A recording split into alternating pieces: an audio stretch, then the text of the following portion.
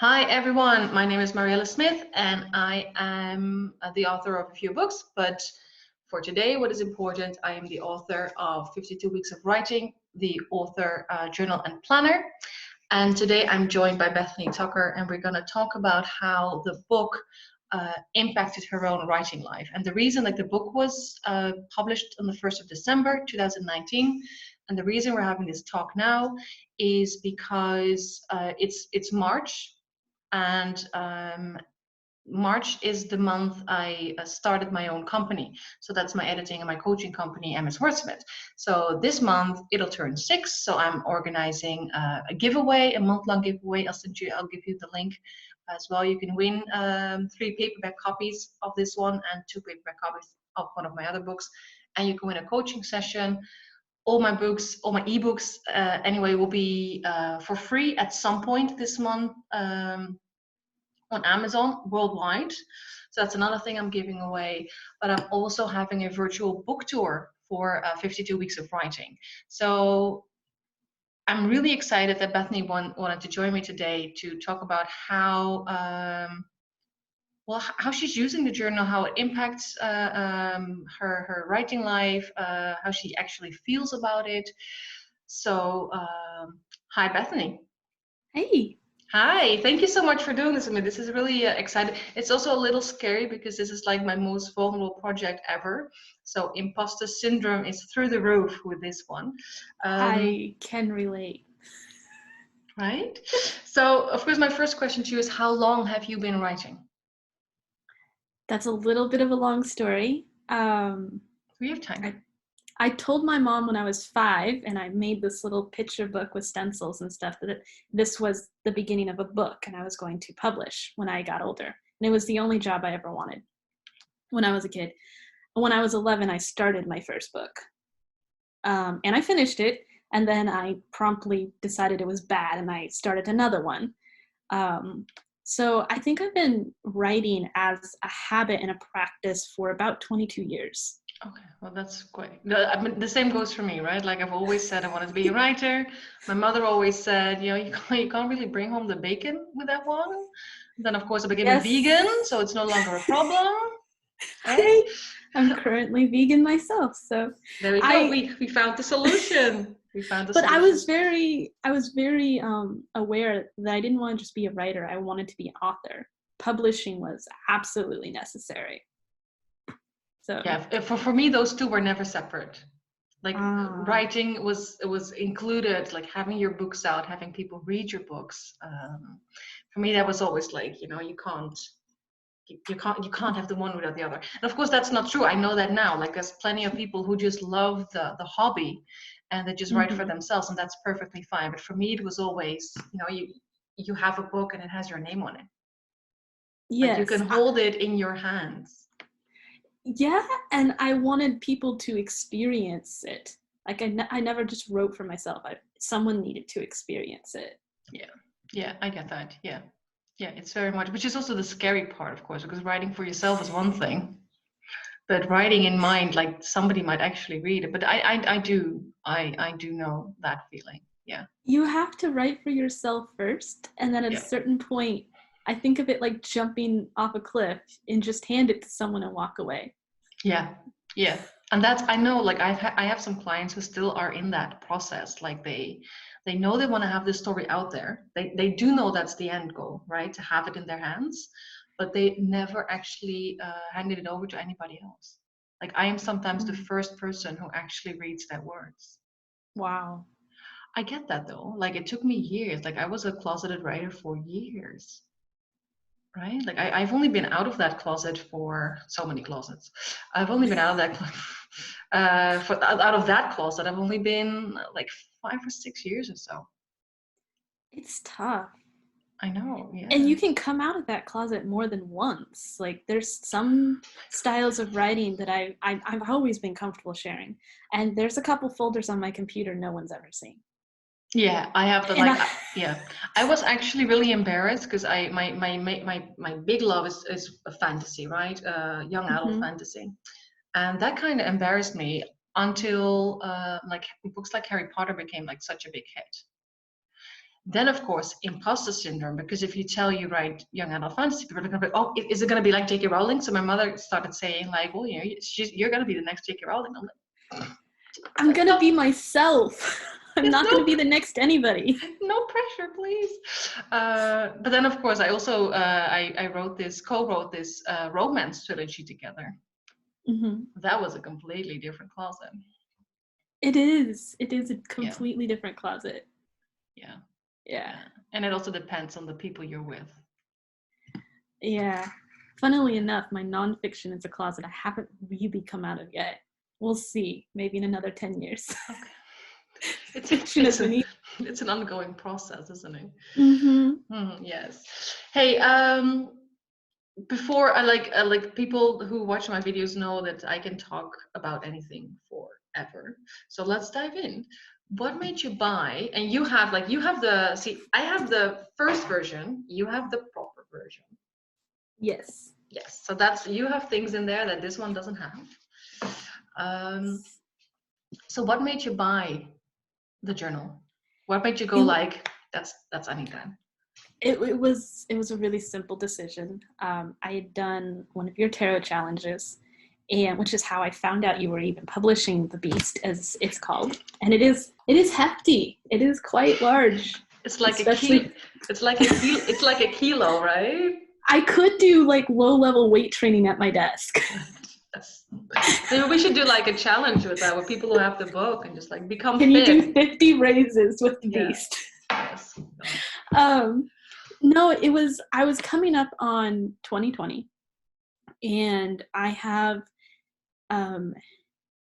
it was the right time. I needed accountability. I was looking for more accountability. I've been kind of on and off the rails for the last 4 or 5 years because I had, I'm a person that has a high level of dedication and a high level of accountability to myself and a lot of drive. But about 4 years ago, my health just completely crashed. And I wasn't able to keep those promises with myself, which was really, really difficult for me.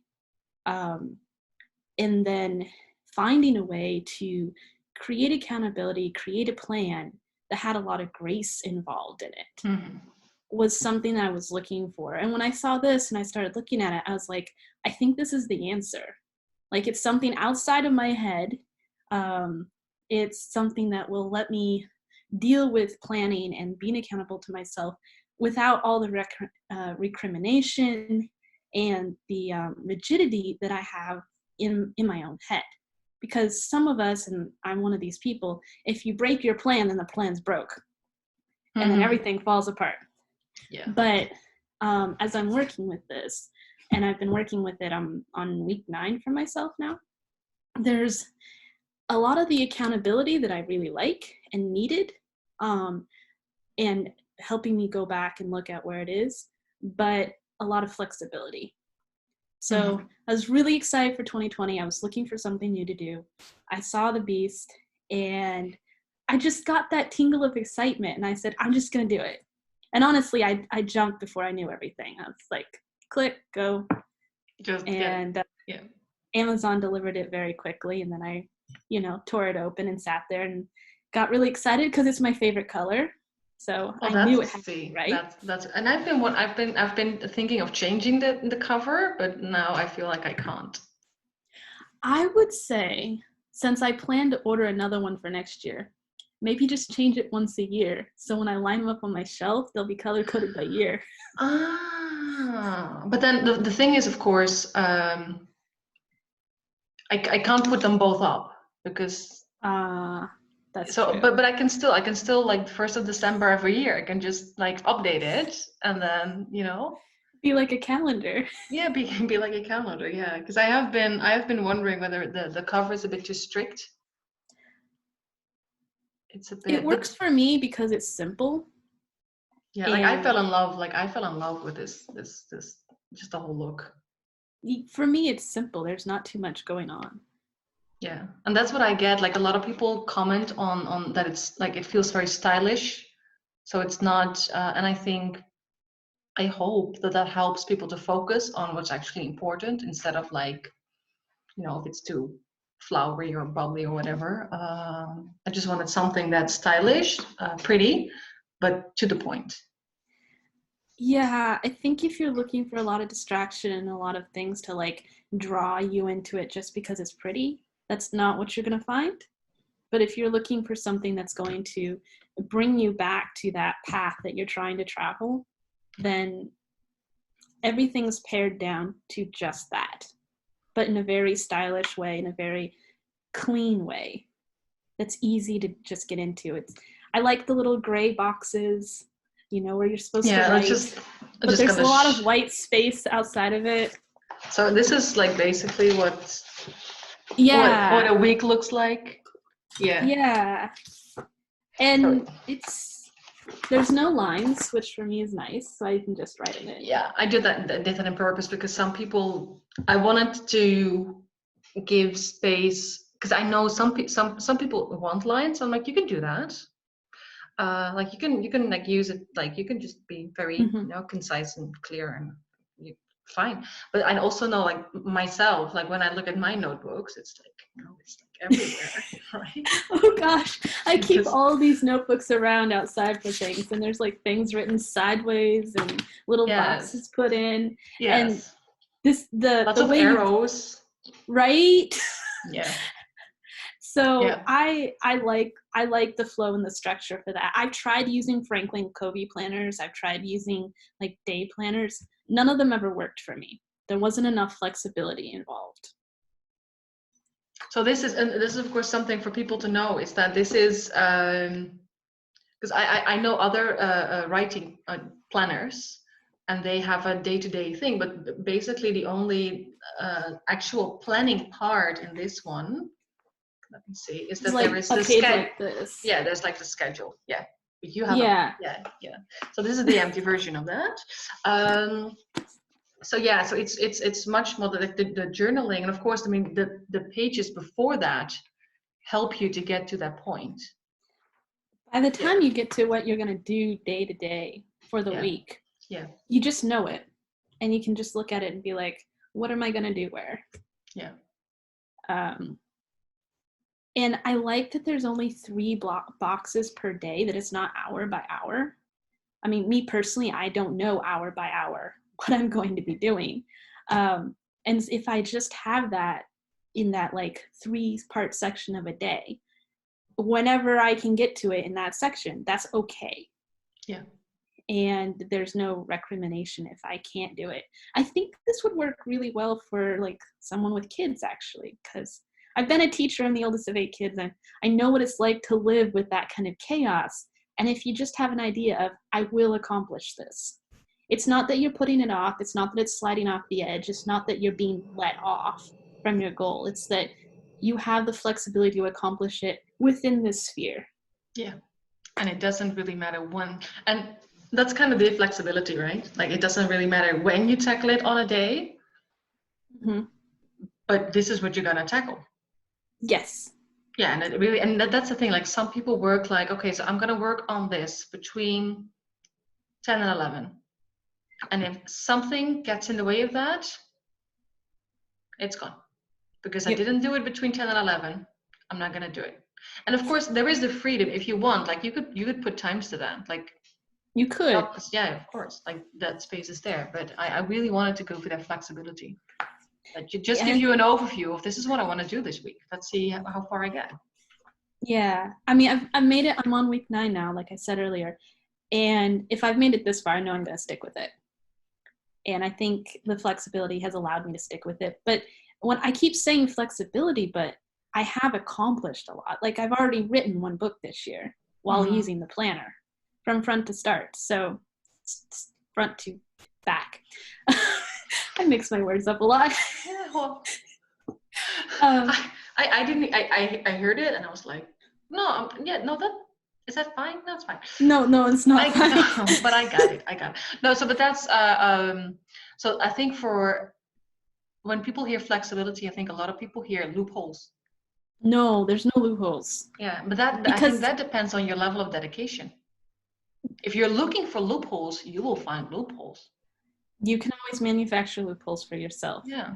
But one of the things that happens as you're using this planner, and I actually fought it like the first 5 weeks. I didn't want to do this part where you write down in the new week what your goals were for the old week.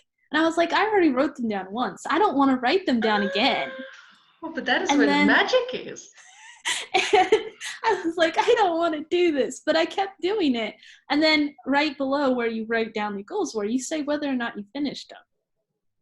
And after about the 6th week, I started feeling the magic of it, of why I was doing this. Because one, everything I wrote down that was already done, I felt good writing it down. Like I got to know it was done. And everything that I hadn't gotten done and I wrote it down again, I got to think about why and what happened. And if you actually sit with that process, the loopholes go like this. They close real quick. Yes, but that is so you found out the reason why it's set up the way it's set up. Yes, I did. But I somewhere in the introduction I say that it may look repetitive, but trust me, stick with it, and you will find out, like you will see what happens. Yeah, and I've had that. I had more people say that, like it's like you go like, okay, I'll just do this, right? And at one point you're like, so this is why I'm doing it. But the thing is, like one of the reasons, like I don't really want to. I could have written all that down right in the introduction. Like this is why it's the way it is, right? And I did. Like before I published it, I had like a big group of people who were looking through it. Like they were working through it because I wanted to make sure before I published this, does this actually work? Like am I onto something? Because this is, of course, this is just my coaching material, and then I tried to put it into a shape of a book. So it has like, it's not exactly the same, but that's where it came from. So I needed to know whether it actually worked. Like if you put it into a book, like does this actually work? Yeah. So I do, like I had one person who was also fighting that because they really wanted me to spell out an introduction why they had to take all these steps. But this is exactly my this is a project of it's a project of love, but it's a process of trust. So you get this book, you dive in, you do exactly as you're told, and it's going to take you a few weeks, maybe even depending on the blocks that you encounter, it may take you a bit longer. But then when that moment hits you,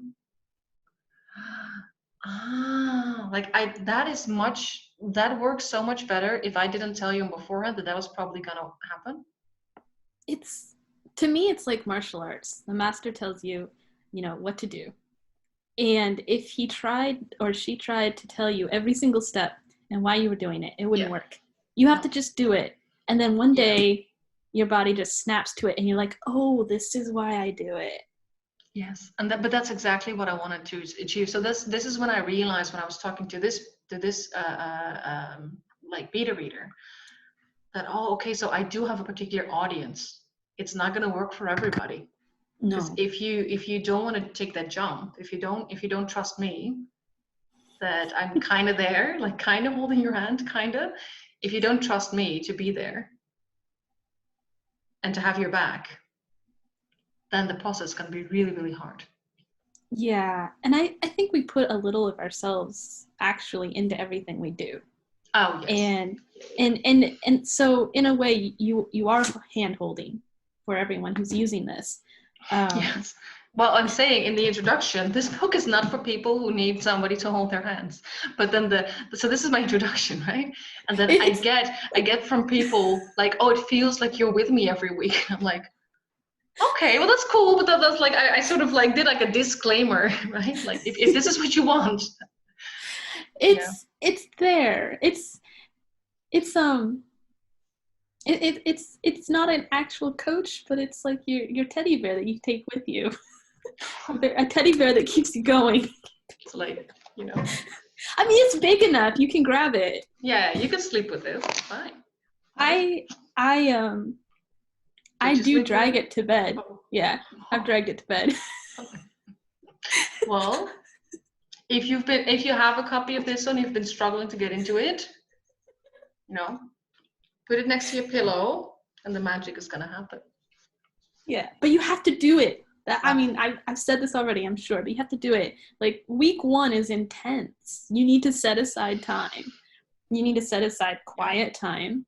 And for me, I waited till everyone went to bed, and I got myself a really big cup of coffee, and I honestly, I like did my meditation, and then I sat down and I was just going to do it.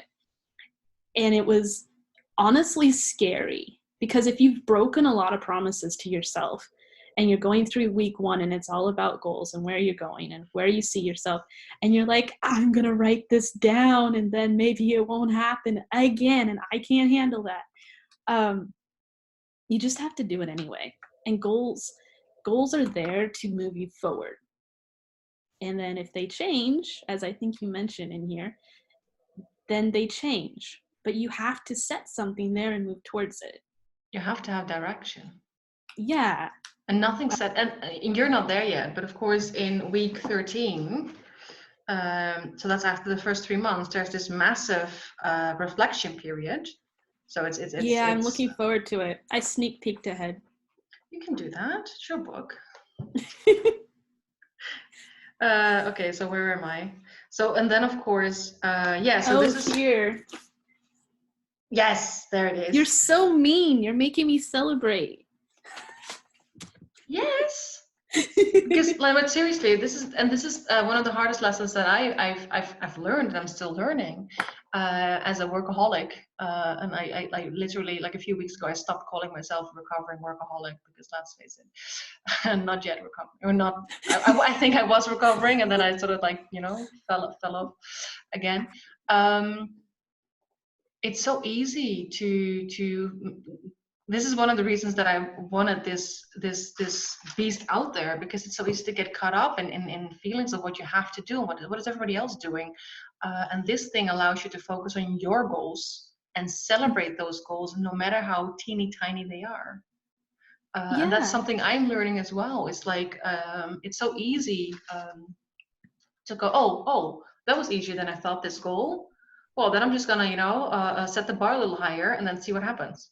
And then that means we just raise the bar until we burn out. Yes. I've done burnout. I know what it feels like. Yes. Taking me to the absolute floor. And so that's celebrate. We have to celebrate. You have to, even the tiniest. Like, sometimes getting out of bed in the morning is a celebration for some people, right? And that's okay. I'm there. Yeah, so celebrate. So I'm not being mean, I'm being supportive and gentle and kind and graceful. But it's a bit like I do think of myself as I can be a bit bitch slappy, but with grace. Like, I will confront you. Yes. This book will confront you. And you have to be ready to be confronted. Yeah. This year, really, for me, last year was good. I made a lot of progress. I had literally been on the floor for like 3 years, and I stood up, and very, very grateful to a couple doctors, but I really was ready to just move forward. And I was ready for that type of internal work. I'd done a lot of it, and I wanted to take it farther. So that's probably one of the reasons I got so excited, because it was right there exactly when I needed it. That's called divine timing, isn't it? Right? Yeah, but it is like someone one of the reviews on Amazon calls this the holistic approach to writing. So I think that's very interesting. You don't separate the goal setting and the art. No, it's all part of the same thing for me. Yeah. And I think that's one of the things that I don't resonate with other systems, is you separate the two. And then there's a lot of books out there that I appreciate and I've enjoyed reading that are about, connecting with your inner artist and feeding the muse and all of that. But there's not very much about accomplishment and finishing. Mm-hmm. And then there's a lot of things out there you can buy that are like, you will do this and you will accomplish your goals and you will keep going. And marrying them together is what makes this particular book, The Beast, unique. Oh, that's but you said marrying together, and like I know you're doing my current tarot challenge, Speak Your Truth, Yes. and of course I got yesterday was the day that we were. I'm still interpret. Trust me, I picked the cards for today, and I'm still interpreting them. That's gonna take me a few hours, I think. So yesterday for this book, the question was how have I been speaking my truth, and I got the Lovers card. So you're calling this like I married the two together. Yeah. Yes. So that card for me was very validating. Like I was like, thank you, I did the right thing. And it was a scary thing because like I there's so much of myself in this one. Hey, but what I wanted to show was that of course, like after the first month, and this happens after the first quarter, and this happens every quarter, I asked the question, do these goals still hold true, or is it time to adjust them? So nothing is set in stone, but you have to set some goals to see Well, if you won't know if you need to adjust them unless you've been working with them. Yes, and I think for a lot of people, goal setting is very scary, and they become very absolute about it. But It things needs to be change. fun. It needs to be Yes, that's adventure. what I want. That's also what I wanted with this book. Like it has to be an adventure. It has to be fun. You're allowed to cut yourself some slack. Do a celebration. Yeah, like one of the things I enjoy doing, I've done a lot of traveling in my life, and you get somewhere and you're like gonna go see X. And I like to get my feet on the ground and go and walk. And you walk in a direction, but you might see something over there and you might see something over there, and you plot it out and you get there somehow. But if something's really calling to you, like the series I plotted out in week 1, it now has an extra book in it. I did not plan for there to be another book in it. When I reach the 3rd month, when I'm going to have to marry that and put it back into the goals and figure out how I'm going to account for an entire another book. I may have yelled at my main character for about 5 minutes. It's what we do. It's what we do. 5 minutes is not bad. Trust me, 5 minutes is not bad. It is what we do. Don't they? They're like, come on, don't do this to me. Hey, I do want to talk about that. Like, what are your results thus far? So one of the results has been this. What are your results? Like you started working with this book 9 weeks ago. What progress do you see? Like what is different? I'm less hard on myself. Because I've been able to do that scene where my progress is so easy to see, I've been able to have a bigger sense of accomplishment. Instead of just looking forward and seeing, oh my gosh, I want to do all this and it's not done yet, which is something that I've dealt with a lot. Like the mountain is here. I literally have like 13 books that I'm either working on the beginning of the series or they're drafted, or there's so much to do. And I wanted to be there 5 years ago before, my life hit the wall. So I feel like I'm 5 years behind, but working with this every week and doing the reflections and then breaking down things, it's let me stay reasonable with myself. And by staying reasonable, I've actually accomplished more because I'm not just pushing every day until I hit the wall and collapse and fall asleep at my desk or something. So this week, I actually took a week off. Not entirely, but for me, it's a week off because I was tracking my progress. I was tracking my energy and where it was at. And I was like, I need a week off. And because I had my long-term goals, because I knew where I was going, because I knew what I wanted to be able to sustain, and I wasn't just pushing for everything at once, I was able to know where I was going to need that time off and actually take it. I still threw a little bit of a fit, and I may have done those tarot cards 3 times. But As one does. But I got the message, and I took the time. I'm taking the time. And I'm excited about it because that intense sense of guilt that I don't think it's just an American thing, but if you're not producing in America, like you're not worth something. It's not a Mediterranean thing. That's what I learned over the past year. But it's very Dutch as well. Like I have that when I visit the Netherlands, I always feel like I'm not doing enough. It's that puritanical work ethic, at least in America, that's what we call it. And it drives and drives and drives. And if you're you're not up to snuff, then, you know, you're supposed to feel bad, because if you feel bad, then you'll beat yourself up and work harder. Yes. And I think one of the biggest things I'm getting out of the last 9 weeks is getting rid of that puritanical work ethic and finding out I'm more productive. But that's funny, because I heard you talk about the journal gives me flexibility, and the journal, like, you know, gives you grace when you need it. It also forces you to celebrate, which is always fun if you're not used to that. So, but basically what I am hearing is that for those thinking that, wait a second, if this journal is not going to yell at me that I need to do more, how am I going to be able to do more? You're actually experiencing that the easier am I on myself, like the easier you are on yourself, the more you actually get done. You have this much energy. If you spend 50% of it yelling at yourself, that's 50% of the energy you're not using for going forward. Yes. So I don't want to spend that energy yelling at myself anymore. I want it to all go forward. Yeah, but it's funny because I knew that all along, right? Like I've always been saying that it's like there's no use, just looking at the corporate world, like there's no use in consistently telling people off and telling them what they're doing wrong. Like it's like giving like constructive feedback.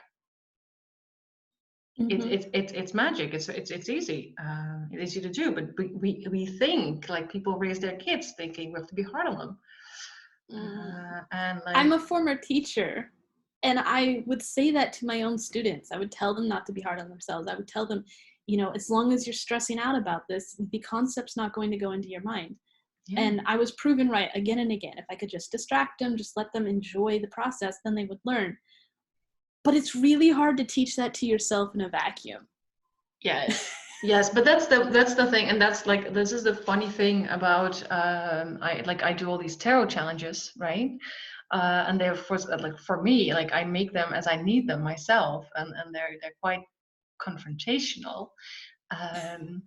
And it's very much like a lot of the work that I do is not necessarily me. Like I don't necessarily like walk my own talk. I'm working on that. So it's a lot. It's a lot of, you know, do as I say. Don't, you know, don't do as I do. Because yeah, but I'm also, I'm human.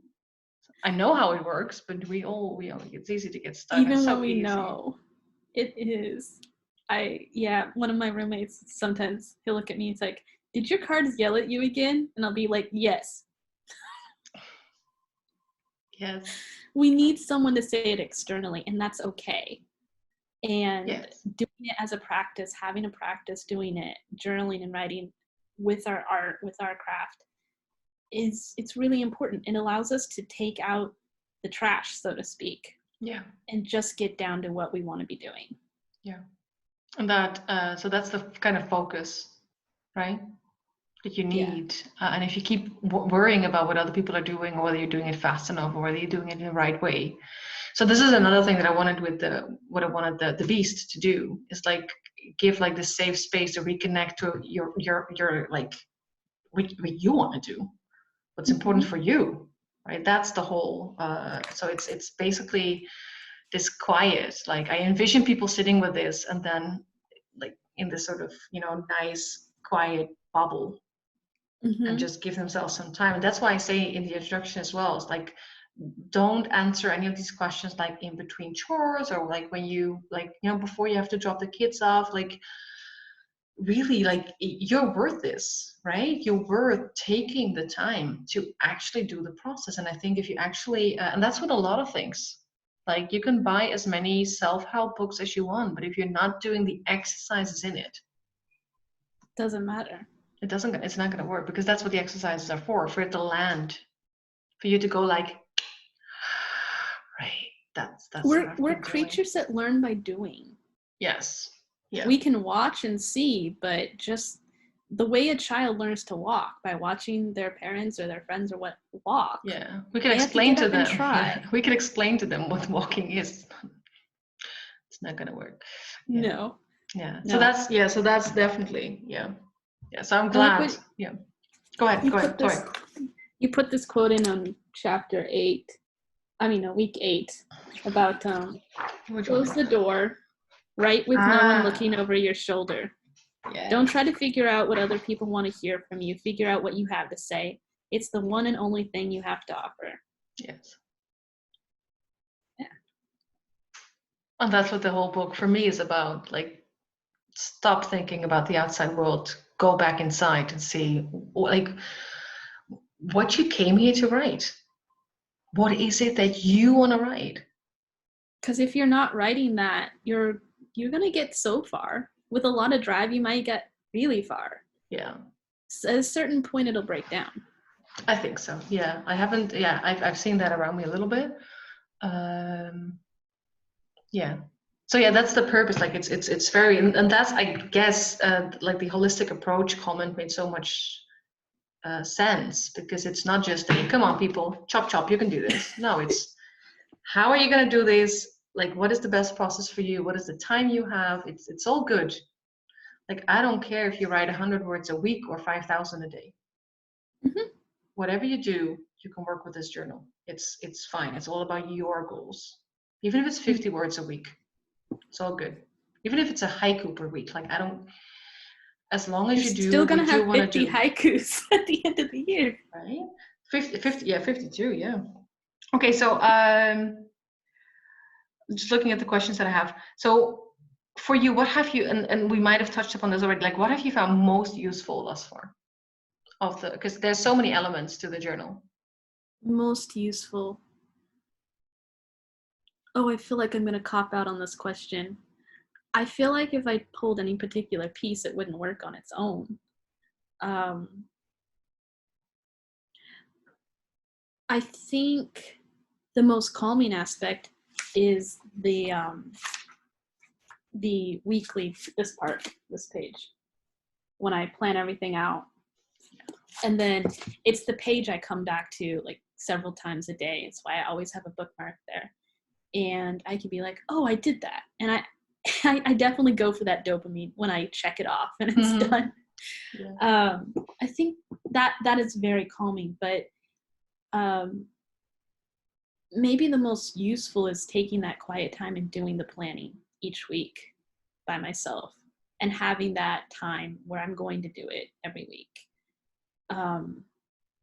But so actually the repetitiveness, like having to do the same kind of questions, that's, yeah, each week, knowing I'm going to sit down, knowing I'm going to answer these questions, knowing I'm going to plan out the next week. And I can take all of that nervous energy that we can get around planning and goal setting and just set it aside. And I'm going to deal with you then. It's going to happen then. I don't have to carry you around any other time. Yeah, because you set out a space for that. You set out a time for that. Yeah. And then the other thing is, I feel like there's a little bit of like a live community, like the book is living, because as you said early on in the book, you actually have a Facebook group connected to I this. do. Is that in the introduction? I'm assuming it's in the introduction. I think I mentioned it multiple times. Oh yeah, no, I also mentioned it in week 1. You mentioned it in week 1. Yeah, because I'm a big fan of accountability partners. Yeah, it is. It is. It's also right in the there. introduction. Yeah, but it's in the first week. Yeah. So for me, that's like a little thing that even if something's going on and I'm like, oh, I don't want to take time to do my planning, I know that question's going to pop up in the book, in the Facebook group. And I'm going to be like, I want to share. I want to talk to my friends. Yeah, I'm going to do it.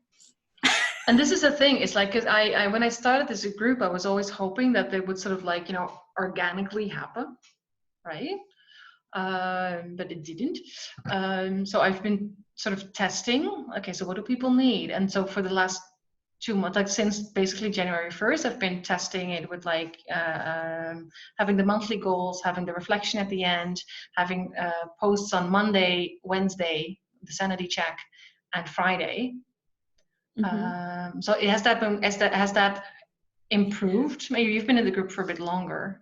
Yeah, I think you've been in there from January. Yes. first. Okay. So you. Oh, that was right. I thought you were already in the group, but you came into the group after you got the book.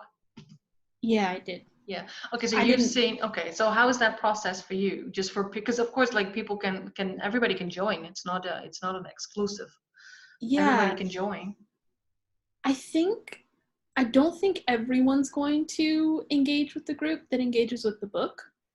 But for me, it's definitely that that social recognition, and it's really positive. Like everyone in the group has been really positive, and I've had some great conversations, and I look forward to it as it grows. But there's just that sense of, okay, you're doing it in the book, but then someone's going to ask me if I did the book, which you never actually do. And I don't know if you'll choose to do that forever, but I would definitely want that.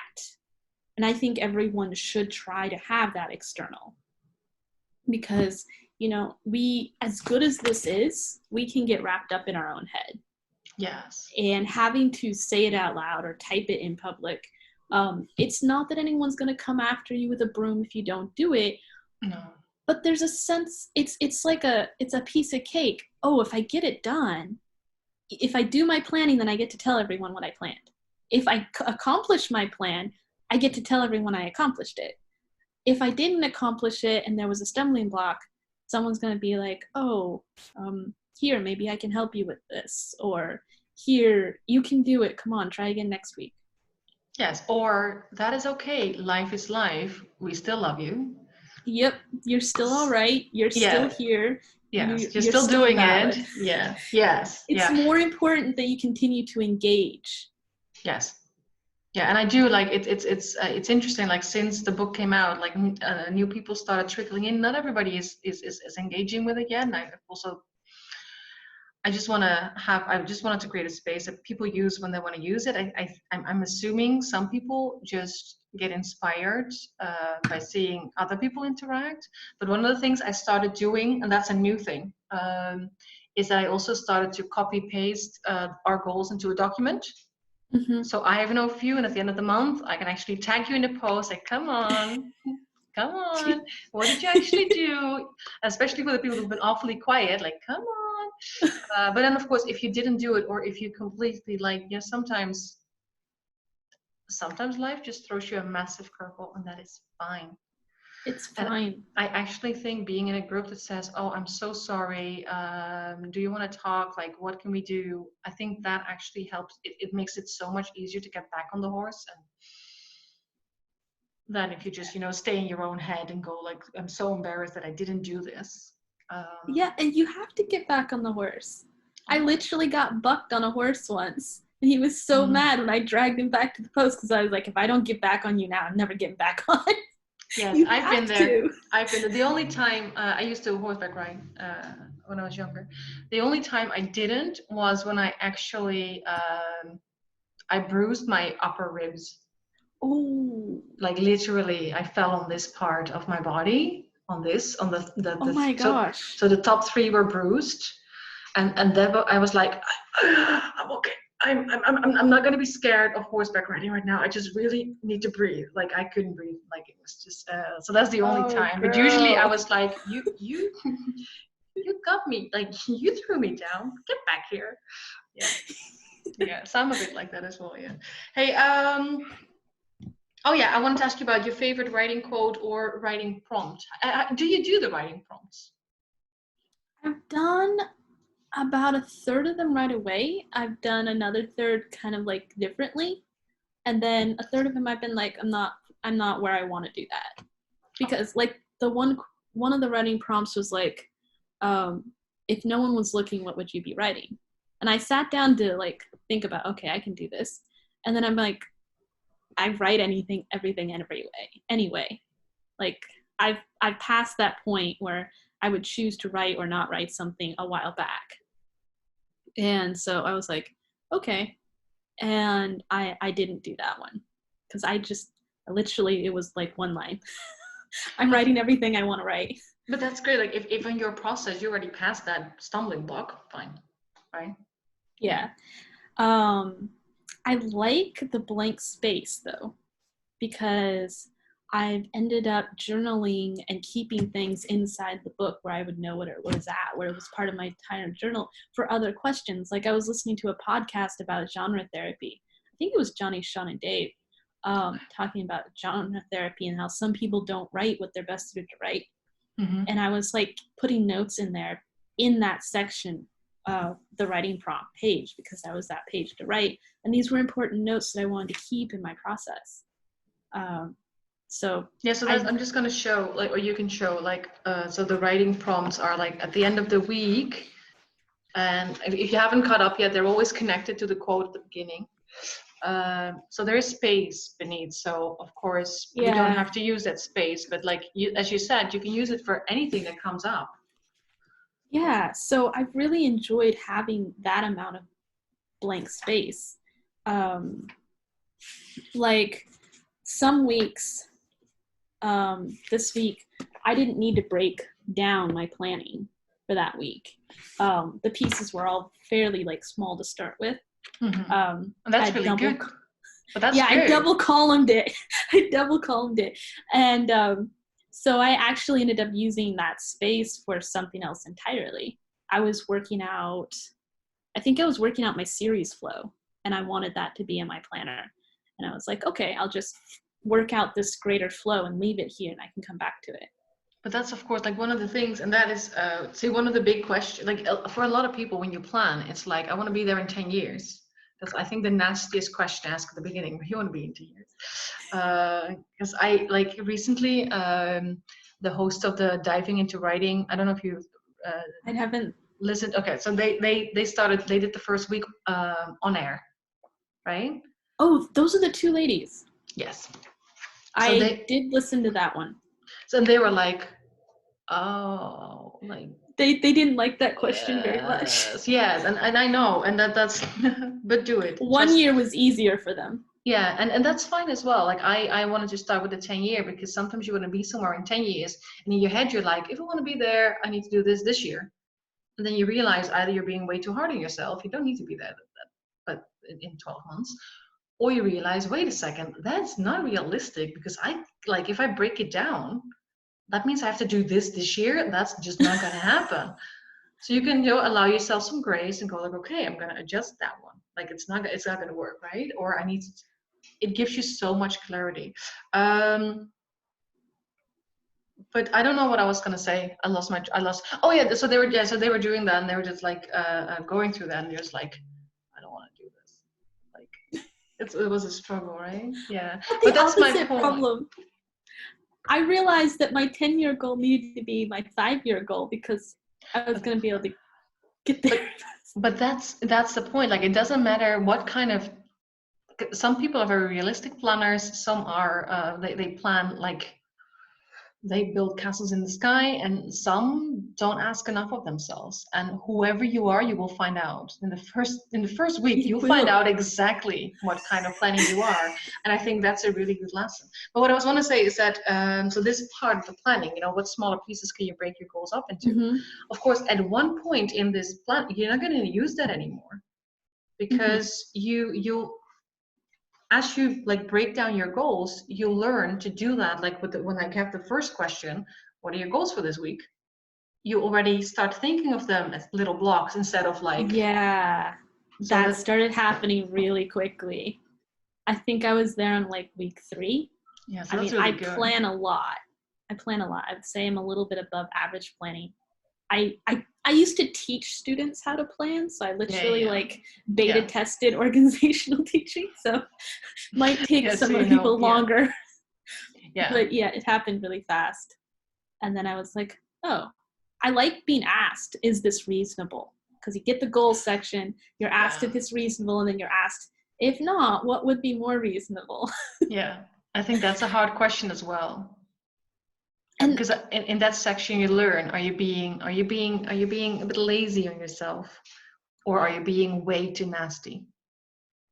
So we can be both. We can be both week to week. Yes. Yeah, that's true. Yeah, it depends on the week. Yeah. Sometimes I'll go down, I'll be like, these things might happen this week. I don't know.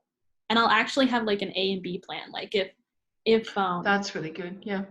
if somebody is going to, like, if I start the week and I feel sick, I'll be like, if I have the flu this week, then don't do X, Y, and Z. Do A, B, and C. But that's again, like, you can use the space as well to prioritize. Like, you can say, okay, so this is something I really want to get done, and these are more. If I have the space and the energy for this, I would also love to do this and this, but it's not a big deal. Yeah. As long as I get this done. Yeah. Yeah. So I really like the question and how flexible they are, and I use that space very flexibly. I think that's the thing, and I think for so many people, they think you need rigidity to get somewhere, and I'm much more a kind of like, if you just throw a lot of unconditional love and Yourself, throw it at yourself. It's a work in progress. It's a work in progress. Yeah. But yeah, no, I know what you're saying. I know you're right. I know you're right as well. But like I said, like this is so funny about the Speak Your Truth Tarot Challenge that I'm doing right now on Instagram, is that this was for me a labor of love. And when I got the Lover's card, like I like, this is indeed, it marries so much of what I stand for, what I believe about psychological processes and everything, what I've learned about that. But it was also such an act of self-love, like saying, this is how I feel about these things. There you go. You're going to meet your shadows, but it doesn't have to be terrifying. Yes. Yeah. And you are. This is exactly, and this is, of course, you can dive as deep as you want, but if you're a deep diver, you're gonna have so much fun. But you don't have to. Like, you can take it as slow as you want. There's space for that as well. Like, I'm not gonna be, I'm not nasty about it, I hope. No, I mean, what you bring with yourself is what you're going to find. So if you are nasty to yourself, you can be nasty to yourself. Yeah. I think it's quite a big mirror as well. Yes. Yeah. Yes. So the question is, are you ready to actually face that mirror? Yeah. Hey, one last question. So what would you say to anybody contemplating getting a copy? And it's like, for the record, it's not called The Beast. It's called 2 weeks of writing.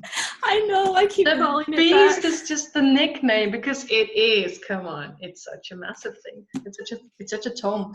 So, but when people are watching this and they're considering or contemplating, like, is this the book for me? Like, what do people need to know about working with this journal planner? Like, what do they need to know? You get what you put in. The more consistent you are, the better. It will encourage you to be consistent. Buy it if you're ready to work with yourself, and not if you're. It's not a requirement that you intend to do a whole lot of work. You don't even have to write. Like I said, I wrote a book already this year. I've been writing for 22 years. You can still use this if you just started writing. Yes. It's all about whether or not you're ready to actually do it. And you can use the book, you can use 52 weeks of writing to plan things that support your writing. You can plan 1 week that you're going to take a writing course, and that's your goal for the week. But you have to be ready to spend time with it. This needs to be something that you're ready to do. And if you're ready, but you're struggling to start, this is a good place to start working through where the struggle is. So it changes well, but you get what you put in, and you have to be ready to spend time with it. Yes, and with yourself. And with yourself. That's right. Like, spend time with it. It really means you're spending time looking in a mirror. Yeah. But you're spending time looking in a mirror with a very friendly companion. Yes. Hi. Yeah. So it's gentle. It brings you back to the path over and over again. It's a choice. it's a choice. Do you want to make the choice? Yeah. I would encourage people to do it, but if you're not ready to look inside of yourself, it's probably not yet for you. It's not going to solve any of your problems without you doing any of the solving. It's No. no, I mean it's like showing up for class to learn, say, a language, and you think that just sitting in the class is going to teach you the language. It's not going to happen. You have to do your homework. But the homework can be a lot of fun. You just have to do it. You have to, and like you said, like you already see, like you're doing more than you thought you'd be capable of. You already wrote 1 book. Yeah. In 2 months.